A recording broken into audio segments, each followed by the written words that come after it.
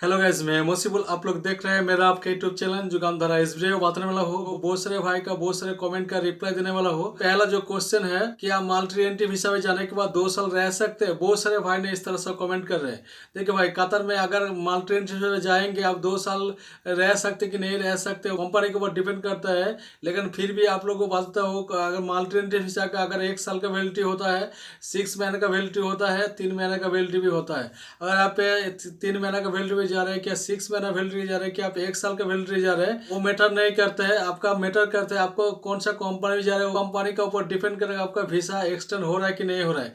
ऐसा भी बहुत सारे भाई का 1 साल पार हो गया है। 1 साल का वैलिडिटी था मल्टी वीसा का, और उन लोग का 1 साल ही वैलिडिटी था, लेकिन 1 साल पार हो गया है। वो लोग आराम से अभी कतर में है, उन लोगों को कोई मुश्किल नहीं है। कंपनी फिर से उन लोगों को वीसा अप्लाई कर दिया है। कंपनी के ऊपर डिपेंड कर रहना पड़ेगा, क्योंकि मल्टी वीसा का जो वैलिडिटी होता है 3 महीना होता है, 6 महीना होता है, 1 साल होता है। तो अगर 1 साल का वैलिडिटी है तो 1 साल ही रह सकता है। अगर कंपनी चाहेगा तो आपका वीसा एक्सटेंड कर सकते हैं। उसके बाद जो सेकंड जो क्वेश्चन है, बहुत सारे भाई ने कमेंट कर रहे हैं, अभी कतर में वर्क वीसा क्या एम्प्लॉयमेंट वीसा नहीं मिल रहा है। इस तरह से बहुत सारे भाई ने कमेंट कर रहे हैं। देखिए भाई, अभी वर्क वीसा बोले कि एम्प्लॉयमेंट वीसा बोलिए, दोनों वीसा मिल रहे हैं, दोनों वीसा ओपन है। क्योंकि केबीसी जिस वीसा में हो रहा है वही एम्प्लॉयमेंट वीसा है, वही वर्क वीसा है।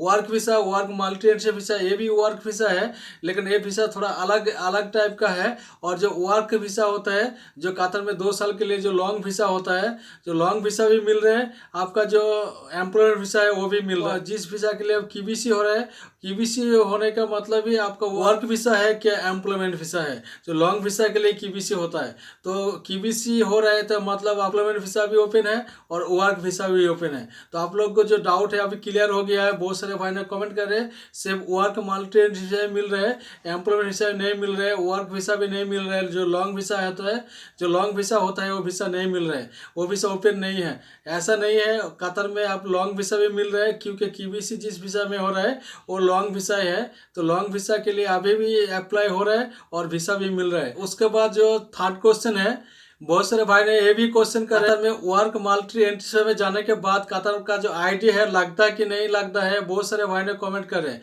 जो कतर का आईडी है, वर्क मल्टी में जाएंगे तो आपको कतर का आईडी में कन्वर्ट होता कि नहीं है। कतर में जो रेसिडेंसी वीसा है, जो कतर आईडी है वही रेसिडेंसी है। अगर कतर का रेसिडेंसी नहीं होंगे तो ज़्यादा दिन रहना मुश्किल होता है।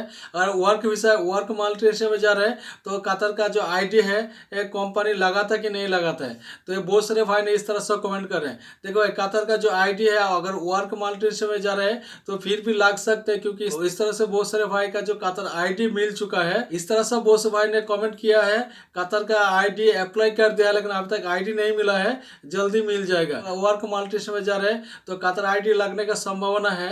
अगर कंपनी चाहेगा तो कतर आईडी लगा सकते हैं। इसके बाद जो 4th क्वेश्चन है, ये भी बहुत सारे भाई ने कमेंट किया है, कतर वीसा एक्सपायर हो गया है 2020 साल में। कतर का वीसा उन लोगों को मिल चुका था, लेकिन कतर में नहीं गया है, तो वीसा एक्सपायर हो गया है। तो अभी कतर में फिर दोबारा वीसा के लिए अप्लाई कर सकते कि नहीं कर सकते, बहुत सारे भाई ने कमेंट करे।